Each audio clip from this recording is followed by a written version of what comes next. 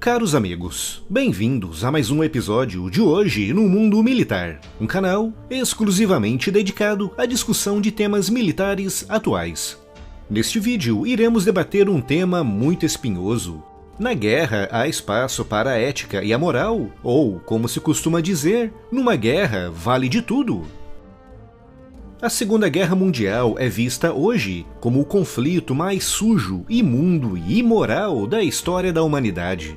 Seguindo uma ideologia doente e baseada em conceitos científicos deturpados, os alemães avançaram pela Europa subjugando, destruindo e escravizando povos inteiros. Os japoneses, seguindo conceitos raciais semelhantes aos dos alemães, escravizaram vastas regiões na China e na Coreia, levando à morte a milhões de civis. Os americanos e britânicos, seguindo à risca o ditado "guerra é guerra", destruíram centros populacionais inteiros na Europa e na Ásia, partindo do princípio de que se os civis fossem mortos, não haveria mão de obra para manter o esforço de guerra inimigo. E assim, cidades como Dresden e Tóquio foram varridas do mapa.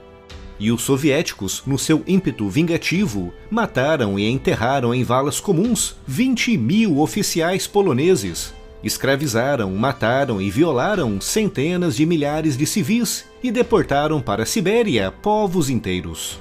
E cada um deles tinha uma justificativa perfeitamente aceitável para esses atos, ao menos para eles próprios. Isso significa que na guerra não há espaço para a moralidade e a ética. Quando debatemos a moralidade e a ética na guerra, surgem imediatamente dois campos opostos. Um deles formado pelos pacifistas, um grupo para o qual nada pode justificar uma guerra, com o outro campo sendo formado por pessoas com padrões um pouco mais relaxados, geralmente permeados com uma boa dose de nacionalismo, que defendem que qualquer guerra é justificável, desde que atenda os interesses de uma nação. E é esse o campo que governa o mundo desde que a história começou a ser escrita. Na Segunda Guerra Mundial, bombardear Tóquio era justificável, pois atendia os interesses dos Estados Unidos naquela época, que era basicamente o de vencer a guerra. Para um alemão, na Segunda Guerra Mundial, usar ucranianos e poloneses como mão de obra escrava era justificável, pois para eles, aqueles povos eram inferiores e só teriam uma serventia como escravos. Para um russo, em 1945, violar uma mulher alemã ou deportar para a Sibéria povos inteiros era justificável, pois atendia os interesses da União Soviética naquela época, que era se vingar do ataque alemão e eliminar qualquer oposição política no leste europeu. No Oriente Médio, quando árabes lançam morteiros e foguetes contra Israel a partir do pátio de escolas e de hospitais, é um ato justificável para eles, pois atende os seus interesses, que é espalhar o terror entre os israelenses e forçar uma negociação territorial mais lucrativa para o lado deles.